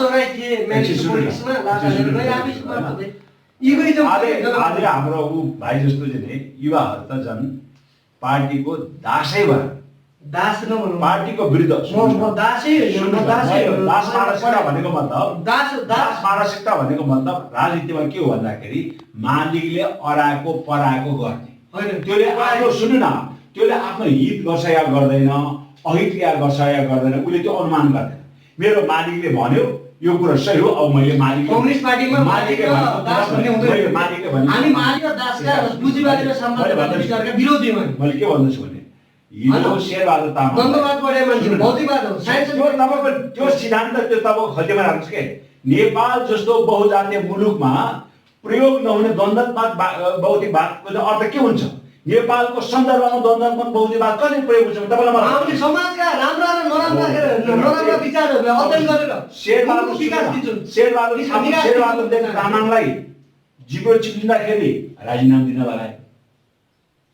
लगाए कानुन मन्त्री। तपाईँ त कम्युनिस्ट पार्टी हो नि त, कानुन मन्त्री हो कि होइन? एउटा अनि एउटा सुन्नुहोस् न, अहिले आएर 4 अर्बको भ्रष्टाचार अभियोग लगाएको रविन्द्र त मरे, उसलाई केही पनि गरे।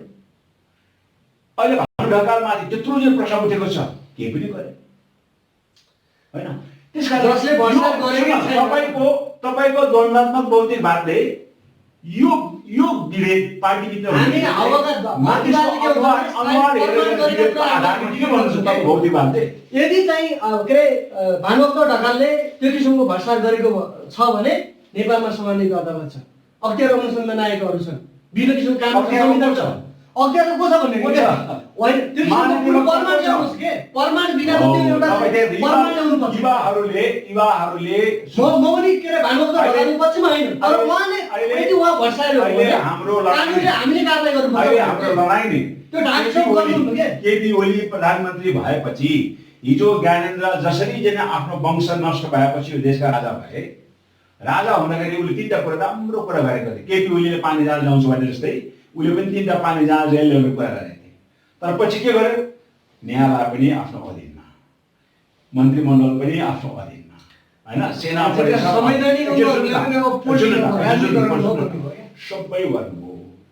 अहिले आएर केपी ओली प्रधानमन्त्री भएपछि के हो, ठ्याक्क त्यही शेरबहादुर तामाङ कानुन मन्त्री हुने बित्तिकै उसको माताहतमा रहने महादेव तथा महादेव वक्तकारलाई कसको माताहतमा रहन्थ्यो भनेपछि पहिला कानुन मन्त्री। अहिले कहाँ छ तपाईँ कम्युनिस्टको जुन युवाले त्यो कुरो बुझ्नुहोस् है, यो किन भयो त्यो अर्थ पनि त बुझ्नु। त्यसपछि आएर रामबहादुर थापा गृहमन्त्री हो, राष्ट्रिय अनुसन्धान कहाँ गयो अहिले, कहाँ छ प्रधानमन्त्री माता, त्यो कहाँ तपाईँ एउटा पत्रकार छ कसको माता, कुन मन्त्रालय माता आउँछ, गृह मन्त्रालय माता थियो पहिला। राष्ट्रिय अनुसन्धान आयोग कसो मातामा लग्यो, प्रधानमन्त्रीको माता। अब देशको राज्य संयन्त्र भनेको शक्ति पृथकीकरण भनेको एउटाले अर्काको उसमा हस्तक्षेप नगरेर अथवा एउटा व्यक्तिले दुईटा एक भन्दा बढी चाहिँ जिम्मेवारी नलिने, न्यायालय पनि आफ्नो पकडमा, अनि यता चाहिँ के अरे प्रहरी प्रशासन पनि आफ्नो पकडमा। अनि सिंह अब तपाईँले मलाई प्रमाण जुटाउँदै छु नेपाल अहिलेको देशका मन्त्रालय अन्तर्गत रहने महानिर्देशक के अरे केपी ओली प्रधानमन्त्रीले किन लियो, राष्ट्रिय अनुसन्धान प्रधानमन्त्रीले किन लियो, अख्तियार दुरुपयोग अनुसन्धान आफ्नो माताले किन ल्यायो। अब यसको पछाडिको राजनीतिक उद्देश्य के भन्दाखेरि राज्यलाई अपराधीकरण गर्न उसलाई सहज हुने होइन, गलत उहाँको विचार हो। त्यसकारणले मैले तपाईँले कसरी म भनिदिन्छु कसरी गलत, देशको चाहिँ संवैधानिक जो चाहिँ अङ्गहरू जो चाहिँ स्वतन्त्र छ, आफैमा स्वतन्त्र छ, आफ्नै चाहिँ छवि छ, होइन, अख्तियार अनुसन्धानको आफ्नै खाले हिस्ट्री छ। ऊ कुनै पनि के अरे संगठन कुनै पनि प्रधानमन्त्रीबाट गाइड हुँदैन। ऊ भनेको निष्पक्ष संस्था हो क्या। निष्पक्ष संस्थालाई बदनाम गर्नु हामी अलगवादी हो, देशको मुलको हिस्सा नै भनौँ न त। त्यसो भए होइन, त्यसो भए ल ठिक छ, सुन्नुहोस्, हामी तपाईँ आगामी दिनमा राजनीतिक व्याख्या गर्नु अब माननीय सर्वोच्च अदालतका के अरे अधिवक्ताहरू पनि अब के अरे केपीको अन्डरमा भए होइन, अब के अरे अख्तियार अनुसन्धानका आयोगहरू पनि केपी ओली अन्डर भए, अनि प्रहरी प्रशासन पनि केपी ओली भए अन्डर भए। यो चाहिँ चाहिने नचाहिने आरोप लगाएर यो मुलुकको समृद्धि प्रमाण ल्याउनुहोस् कि स्वतन्त्र छ नेपाल प्रहरी अख्तियार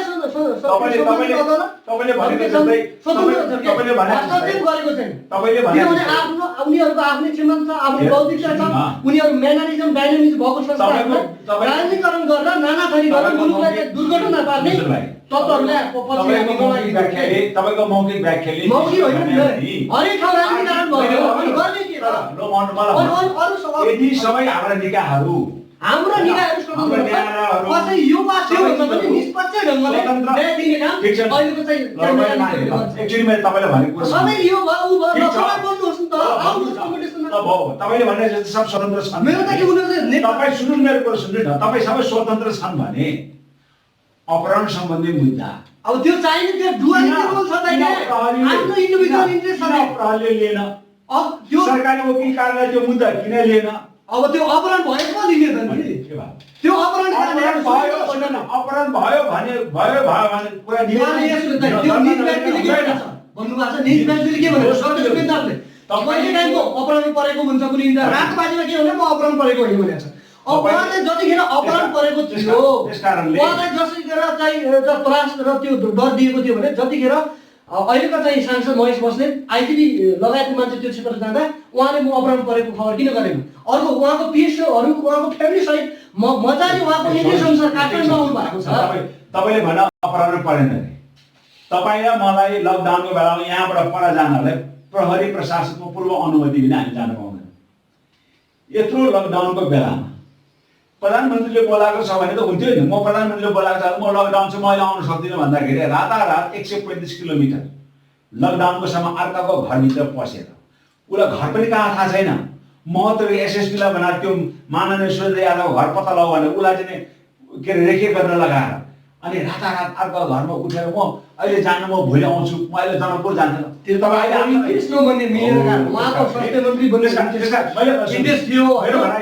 पानी नखुल्ने भएपछि आफूले पुरै दुध नुहाएको भन्ने त्यो पक्का पनि सुन्नु न यी निकायहरू स्वतन्त्र छन् भने स्वतन्त्र ढङ्गले जनताले दिएको निवेदन ठिक छ त्यो भोलि मुद्दा छ भने आधार छैन त्यो बकवास हो भने त्यो रद्दीको गर्ने मात्रै फाल्न पाउँदैन। यदि उहाँ चाहिँ न्यायको पक्षमा हुन्छ भने अब अहिलेको सरकारमा सबै राजनीतिकरण भयो अरे आगामी दिनमा त यो सरकार रहँदैन नि त रहला नरहला त्यसपछि त थाहा हुन्छ नि को अपराधी हो के अपराधी हो भन्ने कुरा।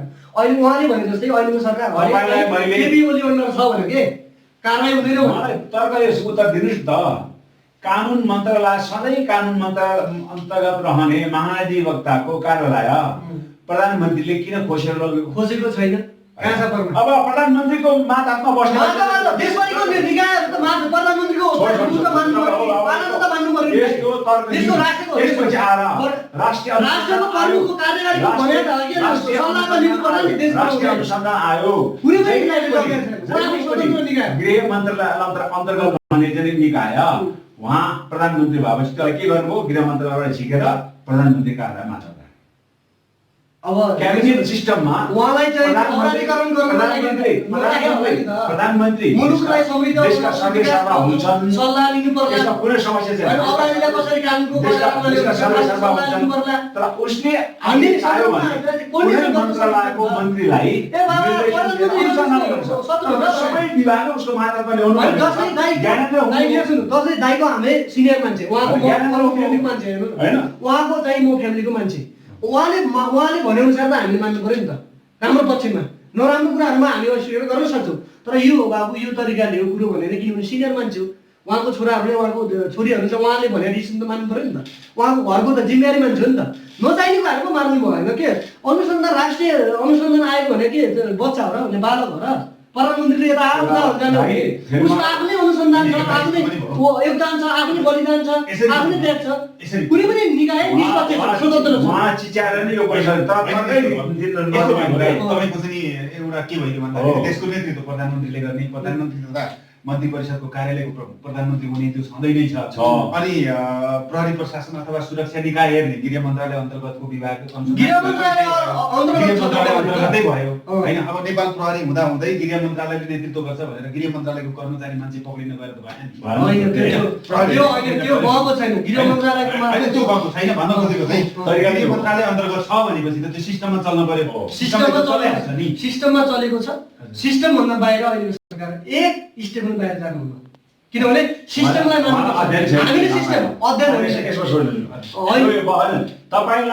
तपाईलाई हामीले यति तार्किक कुरा गयौँ कि अहिलेसम्मको राष्ट्रिय अनुसन्धान आयोग भनेको गृह मन्त्रालय अन्तर्गत रहने विभाग त्यो मैले बुझेको छु। अहिले प्रधानमन्त्री कार्यालयमा लानु त्यो चाहिँ अपराधीकरणलाई गर्नलाई लागेन नि त बाबा।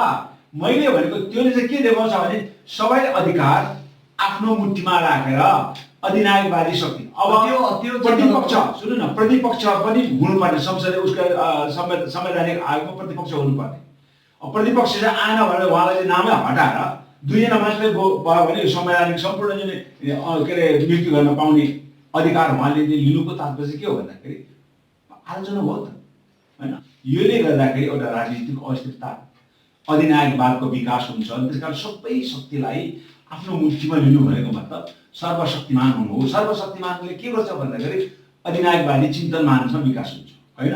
म के भन्न चाहन्छु भने अहिलेको सरकार अधिनायकवादतिर चाहिँ त्यो बाटोमा लाग्दो पनि लाग्दैन किनभने यदि अधिनायकवादी सोच र विचार छ भने नेपाली जनताले एकदम शान्त गर्छ।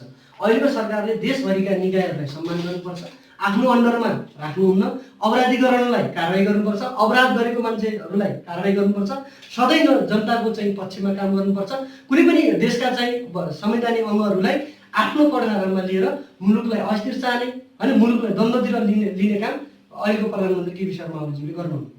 यो चाहिँ प्रतिपक्षले लगाउने आरोप हो। यसलाई चाहिँ हामी अन्य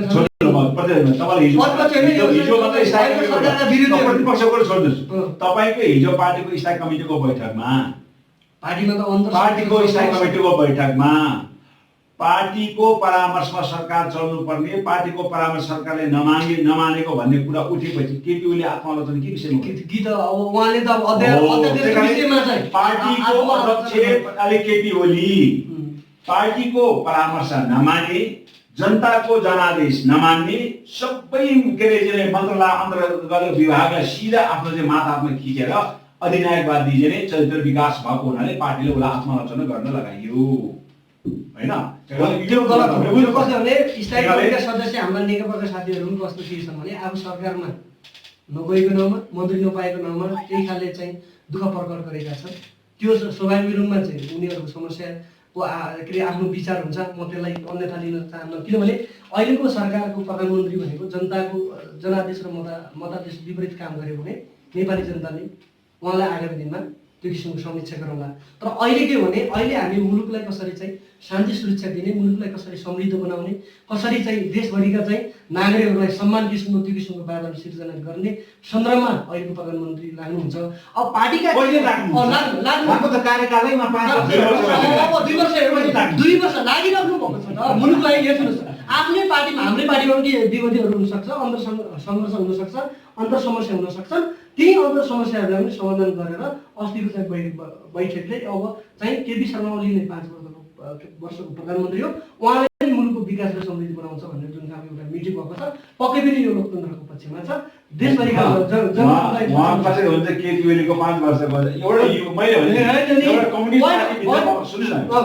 कम्युनिस्ट पार्टीभित्र भएको एउटा युवा कार्यकर्ता हैन, एउटा तार्किक बहस गरेर अब तार्किक के हो अब तार्किक भने के पार्टीभित्र केपी ओलीलाई मैले त गाली गरेँ, त्यो तार्किक हुने केपी ओलीलाई मैले अहिले गर्नुपर्छ भने त्यो पार्टीभित्र भएको कमी कमजोर तार्किक हुँदैन। पार्टीभित्र भएको कमी कमजोरीहरूको समीक्षा गर्नुपर्छ, गर्नु पर्यो, संश्लेषण गर्नु पर्यो, त्यसको चाहिँ उहाँले अध्यादेश उहाँले केपी ओली 5 वर्ष प्रधानमन्त्री हुनु पर्यो। केपी ओलीले कसैलाई हराउन सक्दैन। केपी ओली चाहिँ एकदम लोकतान्त्रिक हो। केपी ओलीले देशको विकास होइन पार्टीभित्र त्यो तर पार्टीभित्र चाहिँ समस्याहरू ल अहिले ल हामी केपी ओलीलाई राजीनामा दिन लगाऊ, त्यसपछिको विकल्प के त?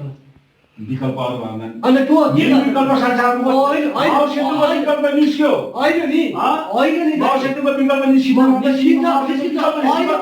आपतकालीन आवश्यकता देशको ड्राइभर भनेको केपी शर्मा ओली, उहाँले चाहिँ मुलुकको निकास दियो के। तर हाम्रो पार्टीका केही साथीहरूको पनि विचार आफ्नो हरेक विचारलाई हामी सम्मान गर्ने मान्छे, हरेक नकारात्मक एनालाइसिस तार्किक विचार भएका व्यक्तित्वहरूलाई विगत व्यक्तित्वहरूले सम्मान गर्छु। तर के भने यो पनि भएन, ऊ पनि भएन, नेतालाई गाली गरेर देश विकास हुन्छ एउटा पढे अस्ति मैले होइन, एउटा त्यो लेख थियो कि त्यो लेखमा अलिकति जोक कमजोरी छन् दाइ, सच्याउनुपर्छ होइन, कमजोरीहरू छन् होइन, केही गलतहरू छन्, ती सच्याउनुपर्छ भन्न चाहन्छु कि। एउटा टाइटल थियो के तपाईँ यहाँ सुन्नुहोस् होइन, परिपक्व नेता के वचनको पक्का नेता भन्ने एउटा टाइटल मैले पढेको थिएँ। त्यो टाइटलमा के थियो भन्दाखेरि एउटा नेता एक ठाउँ गएर भाषण गरेर भोट माग्यो होइन, 5 वर्ष मलाई चाहिँ काम गर्न दिनुहोस्, मत दिनुहोस्, म यो काम गर्छु, म विकास गर्छु भनेर होइन। अनि 5 वर्षलाई चुनिएर ऊ मन्त्री पनि भयो, ऊ त्यहाँ फर्केर गएन, फेरि चुनाव आयो, ऊ त्यहाँ गयो अरे। त्यहाँ गएपछि एउटा जनताले सोध्यो अरे कि तपाईँ नेताहरू ढाँट्नुहुन्छ, बोली फेर्नुहुन्छ, 5 वर्ष विकास गर्छु भनेको खोइ भन्दा नेताले के जवाब दिएको थियो भने म कहिले पनि ढाँट्ने मान्छे होइन, हिजो 5 वर्ष अगाडि मैले जे भनेको थिएँ आज पनि त्यही भन्छु, म 5 वर्षमा यो विकास गर्छु, भोट दिनुहोस् भनेको थिएँ।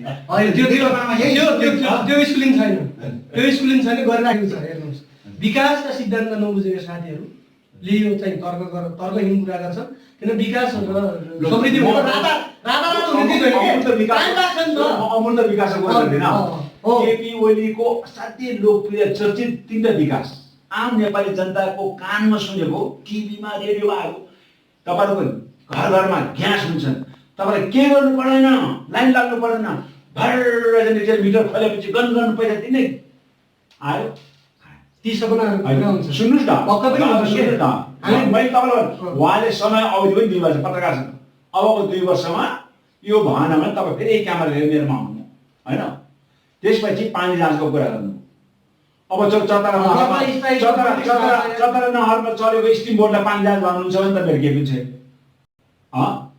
त्यसपछि आएर उहाँले रेलको सपना बाँड्नु। अब रेलको सपना अहिले आएर हामीले चाइनिजसँग सोद्धाखेरि 57 किलोमिटर नेपालप्रति, 500 किलोमिटर चीनमा, त्यसको लगानी यति खर्ब छन् कि त्यो लगानी उठाउनलाई नेपाललाई अर्को दिन 200 वर्ष चीनको दिन के भन्छ ऋणी भएर बस्नुपर्ने हुन्छ। अब चीनबाट त लो खासाको व्यापारको सामान आउँला रे, नेपालबाट चाहिँ चीनमा के पठाउनु, ढुङ्गा हालेर पठाउने। त्यस कारण कल्पना, विकासको कल्पना, समृद्धिको कल्पना गर्दाखेरि नेपालको वस्तुस्थिति अब आफ्नो 80 लाख युवा खाडी मुलुकमा पठाएर बसिरहेछ। अनि त्यो खाडी मुलुकका युवाहरूलाई नेपालमा स्थापित गराउने योजना, विकासको योजना नभएसम्म भुत्रोको समृद्धि हुन्छ। 51% महिलाहरूलाई नानी उत्पादन गर्ने साधनको रूपमा प्रयोग गर्ने, घरको जुन चुलो सफा गर्नेको रूपमा प्रयोग हुने, राज्य सत्ता निर्माणमा उसलाई इन्भल्भ गर्ने एउटा योजना नल्याएसम्म यो देशमा के अरे लैङ्गिक स्वतन्त्रको मात्रै नारा दिएर हुन्छ। मैले के भन्छु भने 51% महिलाहरू अधिकारविहीन, राज्य निर्माणमा उसको प्रतित्वविहीन अवस्थामा छ। त्यसको राष्ट्रपति त अहिले केपीको समृद्धिको योजनाभित्र मुख्यमन्त्री समृद्धि भएन नि। समृद्धि त कसको लागि भन्दा नेपालको लागि अनि नेपालीको लागि। नेपालको लागि भनेको त्यो केपीको समृद्धि सगरमाथाको जो फेदीमा बसेको त्यो भोटे शेर्पादेखि लिएर तल के अरे तराईमा बस्नेहरूले माथि भोजपुरी थारू मधेससम्म पुग्नु पर्यो नि। त्यो समृद्धि कुनै जाति समुदायमा मात्रै सीमित भएर भएन। त्यही कारण मैले भन्छु 80 लाख विदेशमा रहेको युवाहरूलाई कसरी नेपालमा स्थापित गराउने भन्ने कल्पना नगरिकन मुख्य समृद्धि भनेर हुन्छ। केपी ओलीले त्यस्तो योजना के ल्याएको छ? 80 लाख नेपालीले फर्काउनु। अब कोरोना लागेर यहाँ नेपालमा आउँछ त दण्ड लिएर चाहिँ तपाईँको केपी ओलीको नाक फुटाउनु बेर्छ नि त्यो युवाले सिंहदरबार लिएर। एउटा 51% महिलालाई उसको राज्य सत्तामा उसको प्रतित्व बढाउने कुरा, नीति निर्माण प्रतित्व बढाउने कुरा, विकास निर्माण सहभागी बनाउने कुरामा कल्पना गर्दैनन्। अनि कहाँबाट मैले अनि 1 करोड चान्चुन्छ नेपालका आदिवासी जनजातिहरू छन्। अनि त्यो आदिवासी जनजातिहरूले विकासको स्ट्रिममा मुद्दा अब जातिवादी कुरा गरे भन्छ। आखिरी विकास त जातिवाद रूपमा त जानु पर्यो नि। त्यो विकास भनेको त्यो दलितले के पाउँछ, महिलाले के पाउँछ, मधेसी मुस्लिमले के पाउँछ सोच्छ नि, सोध्दैन उनीहरू पनि आफ्नो एङ्गलबाट सोध्छ नि। अब कि चेतना त मान्छेको वृद्धि भएको छ। अनि त्यो उत्पीडित जाति समुदायहरूको कसरी त्यसबाट चाहिँ मुक्ति सम्भव हुन्छ, त्यो विकासको चाहिँ मूलधारमा चाहिँ तिनीहरूको प्रवेश कसरी हुन्छ भन्ने योजना नल्याउने। अनि उहिले पञ्चायतले भन्थ्यो के म देशको चौतर्फी विकास गर्छु। चौतर्फी भनेको भने के देखिहाल्थ्यो? चौतर्फी भनेको चौतर्फी चारतिर हो, त्यो चारतिर के के भन्दा नि भयो। अब यस्तो छ हो मैले के भन्छु भने अहिले हामीले यथार्थ नेपालको वस्तु के गर्छु यथार्थ मैले कुरा गर्छु। अहिलेको 80 लाख युवाहरू विदेशिएका छन्, त्यो उनीहरूको रहर पनि होइन, बाध्यता हो। अहिलेकै प्रधानमन्त्रीले उनीहरूको चाहिँ भित्र के स्वदेशमा फर्काउने जुन खालको एउटा वातावरण सिर्जना गर्नुभएको छैन। पक्कै पनि आगामी दिनमा चाहिँ अब नेपाल पहिला के भने हामी विकास र समृद्धिको क्षेत्रमा, परिवर्तनको क्षेत्रमा हामी देशलाई मुलुकमा स्थायित्व पोलिटिक्स सँगसँगै देशलाई विकास र समृद्धि बनाउनको लागि त्यहाँको 80 लाख युवाहरू नेपालमा आएर आफ्नो देशको लागि 8 घण्टा काम गर्न तयार गर्नु, त्यो खालको वातावरण सिर्जना गर्नुपर्छ। म त्यो भन्न चाहन्छु। अरू कुरा के भने अहिले तुरुन्तै 80 लाख युवाहरूलाई तुरुन्तै उहाँले भने जस्तै ल्याएर मुलुकको समृद्धि र विकास हुन सक्दैन। किनभने हामी सिद्धान्त र पद्धति अनुसार हामी जान्छौँ। आगामी दिनमा उनीहरूका चाहिँ भावना, उनीहरूका पीडा र उनीहरूका दुःखलाई अहिलेकै सरकारले बुझ्ने त्यो खालको चाहिँ वातावरण अहिलेको नेतृत्वले गर्छ। यदि गरेन भने मैले भनिहालेँ नि आगामी दिनमा होइन। यहाँ सुन्नुहोस्, 5 टाइम छ भने एकैचोटि ल्याउन सकिन्छ भने चाइनाले आफ्नो सम्पूर्ण नागरिकहरू चाइनामा ल्याएछ, भारतले ल्याएछ। समृद्धिमा टाइम लाग्छ। नेपालभन्दा 25 वर्ष लाग्छ। 25 वर्ष 25 वर्ष लाग्छ। 25 वर्ष 5 वर्षमा बुढा होइन 25 वर्षको केपी ओलीले मात्र होइन के 5 वर्ष केपी ओलीले भन्ने होइन के उहाँलाई ल अहिले सरकारले ल्याएन रे उहाँसँग चाहिँ 80 लाख युवालाई तुरुन्त ल्याउने दुःख तुल्याउने योजना के छ ल अहिले सरकारले गर्न सकेन उहाँको चाहिँ विकास योजनाहरू के हो म आज यो अन्तर्वार्तामा यो बहस कार्यक्रममा म कहिले पनि पत्रकारहरूले बोलाउँदाखेरि मेरो प्रतिपक्षमा अथवा मसँग अर्को को छ म सोधिनँ। मैले सोध्छु जोसुकै भए तापनि युवा भए होस् मभन्दा सिनियर होला म जहिले पनि म धेरै साथी मलाई भन्छ कि तपाईँ आफ्नो तह अनुसारको मान्छेसँग बहस गर्नुहुन्न भन्छ। मैले सम्झेँ जहिले पनि युवा नै भए पनि केही कुरो म उबाट सिकौँला केही कुरो म उसलाई सिकाउँला किन मान्छे आफै पूर्णता हुँदैन। आज पनि उहाँको नाम सुन्ने बित्तिकै म के आमा एउटा म त आदिवासी जनता अभियान त हुँ पार्टीभित्र भएका आदिवासी जनजाति युवाहरू चेतनशील छैनन्। अघि मैले भने राजनीतिक भाषामा त्यो दास मानसिकता भनेको त्यो नोकरै भनेको चाहिँ होइन के मैले मतलब खालि माथिबाट आएको कुरा गर्ने त्यसको कुरै नबुझिकन एकदम ब्लाइन्ड जेन सपोर्टर अन्धभक्ता भन्छ नि त्यस्तो ढङ्गले कमसेकम उहाँलाई प्रशिक्षित गराउनु हिसाबले पनि म यहाँ छु। त्यसैले हामीले के भन्यौँ भन्दाखेरि केपी ओलीलाई तपाईँको सरकारले हामी के भन्यौँ भन्दाखेरि यत्रो महामारी छ महामारीको प्रभावलाई न्यूनीकरण गर्न नै हाम्रो लागि चाहिँ ठुलो पहाड हो। यो एउटा चाहिँ सरकारी सत्ता पक्षले मात्रै गरेर हुने कुरा पनि होइन। यसमा त सबैजना सहभागिता चाहिँ त्यस कारण एउटा सर्वदलीय संयन्त्र निर्माण गरौँ। रोकथाममा पनि सबै पार्टी संलग्न भएको सर्वदलीय संयन्त्र प्रयोग गर्दाखेरि प्रभावकारी हुने भयो। किन जनता त एमाले भोट हालेको पनि छन् काङ्ग्रेसले भोट हालेको पनि छन् समाजवादी पार्टी जनता समाजवादी पार्टीले भोट हालेको छ राप्रपाले पार्टीले भोट हालेको छ होइन। अब अहिले चाहिँ राहत वितरण गरेको छ पार्टीका कार्यकर्ताले मात्रै पायो भने गुनासो आएको छ। जसले उसले भोट हालेन उसलाई त 100मा फर्म भरेर चाहिँ 2 बेला चामल पनि पाएन।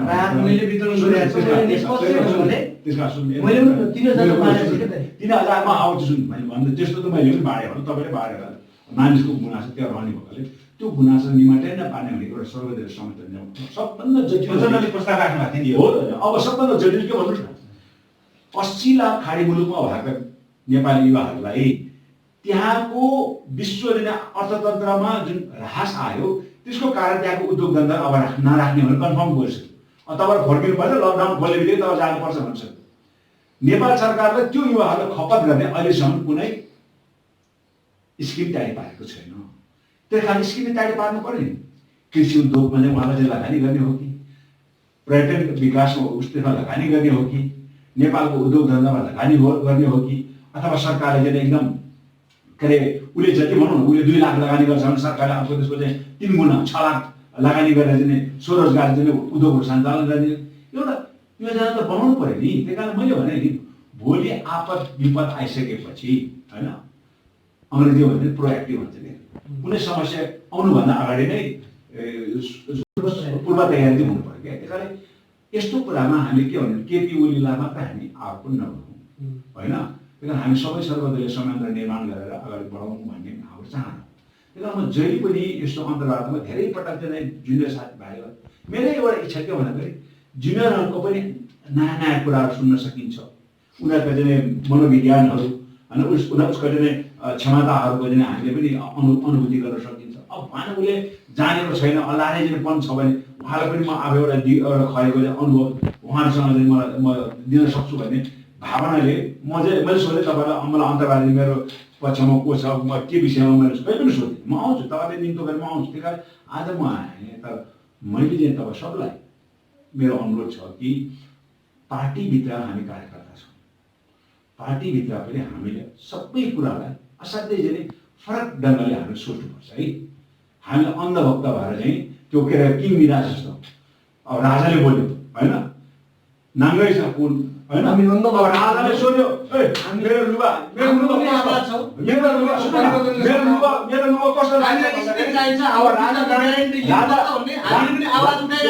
राजा नाङ्गै छ भन्नु भने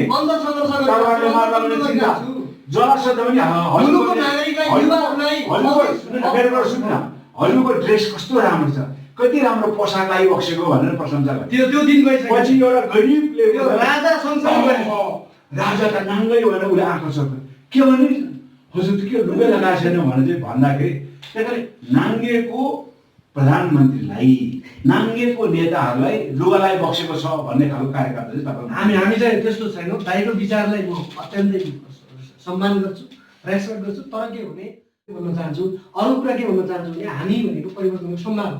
हामी कुनै पनि पार्टीको अन्धभक्त भन्दा पनि हामीले के भने तत्काल मैले अरूको त गुणगान गाएको छैन नि त। केपीको बाहेक अहिले तत्काल विकल्प के गर्नु? मैले के भने सम्भाव भनेको बोग्ने होइन त होइन नि, बोग्ने मात्र होइन नि, गर्ने त्यो उहिलेको जमानाको नेता के उहिले कम्युनिस्टले साराको नेतृत्व गर्थ्यो त्यो अब सम्भव छैन।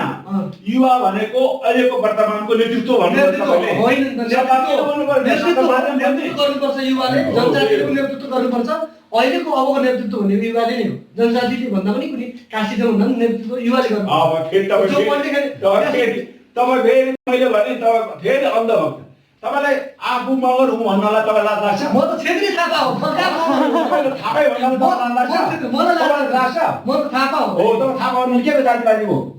तपाईँ आफ्नो जन्मदाखेरि पाएको पहिचानलाई तपाईँ मेटाउनु म त्यो पक्षमा छैन। भन्नु म पुरुष भन्न थाल्नु सकेँ होइन नि, म मङ्गल थापा किन बेकारको तपाईँ थाहा अनि मैले म मङ्गल पुरुष भन्नुहोस्, म मङ्गल नेपाली भन्न थाल्नु छैन। के थाहा पारेको बेकार अहिले भनेको उहाँले भने जस्तै जानु यस्तो संकीर्ण विचारले उहाँको भयो अहिलेको सरकारले पनि जानुपर्छ। किनभने उहाँको विचार अत्यन्तै अमूल्य छ, देशको लागि छ होइन, विकासको लागि छ। तर के भन्न चाहन्छु भने अब हामी कुनै जातिवादको नाउँमा म बामन म ठक्कर उहाँको नाममा चाहिँ मङ्गल के नेपाली मङ्गल पुरुष लेख्नु होइन नि, जातिवादी हो तपाईँ थाहा पारेको जातिवादी हो होइन होइन तपाईँको के लेख्नु पर्यो भन्दा मङ्गल पुरुष नेपाली तपाईँ भने ठिक छ त। तपाईँ जस्तो दूरदर्शी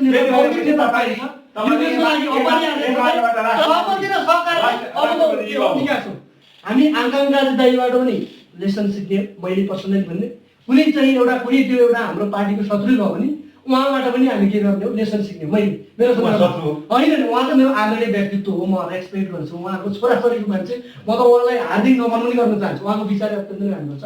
उहाँको चाहिँ विचार सहितको उहाँको विचारलाई लिएर सहमति र सहकार्य गरेर अहिलेको नेतृत्वले अगाडि बढ्नुपर्छ। म त्यही भन्न चाहन्छु। किनभने उहाँ पनि नेता हो होइन। हामी एकदम बहस अझै बाँकी थियो, विषयवस्तु कति पनि सकिँदैन होइन। आजको लागि समय दिनुभयो दुवैजनालाई धन्यवाद। धन्यवाद। समसामयिक राजनीतिक सन्दर्भमा अझै हाम्रो मङ्गल भाइ जस्तो युवा एकदम जोसिलो युवाहरूसँग बहस गर्न पाइयो, मलाई एकदम सौभाग्यशाली ठानेको छु। तर एउटा अन्त फेरि पनि म यो अन्तर्वार्ता हेर्नु लाखौँ लाख युवाहरू हुन्छ होइन। तपाईँहरू कुनै पार्टीको झोले कार्यकर्ता मात्र होइन, यो देश निर्माण गर्ने तपाईँहरू हो। किन भन्दाखेरि हाम्रा 80 लाख युवाहरू नै त्यो हुन् जसले मलेसिया बनाइराखेका छ, जसले कतार बनाइराखेको, जसले बहराइनलाई हरियाली देश बनाएको छ। त्यस कारणले त्यो युवाहरूले अब कसैको कुनै पार्टीको माध्यम बन्न हुन आफै नै त्यो शक्तिमा आउनेको लागि परिकल्पना गर्नुपर्छ। त्यस कारणले अन्धभक्त अघि नै मैले भने राजा नाङ्गो हुन्न भन्दा पनि हो, राजा नाङ्गो भन्यो भने मेरो गर्दन छिल्ला भन्दा सरकार भन्ने खालको त्यो अन्धभक्तबाट तपाईँ मुक्त रह, सबै त्यो भयबाट मुक्त रहनुहोस् र यो देश युवाले चलाउनु पर्छ भन्ने जो जाँगर छ तपाईँ आउनुहोस्। यही मेरो शुभकामना छ। धन्यवाद।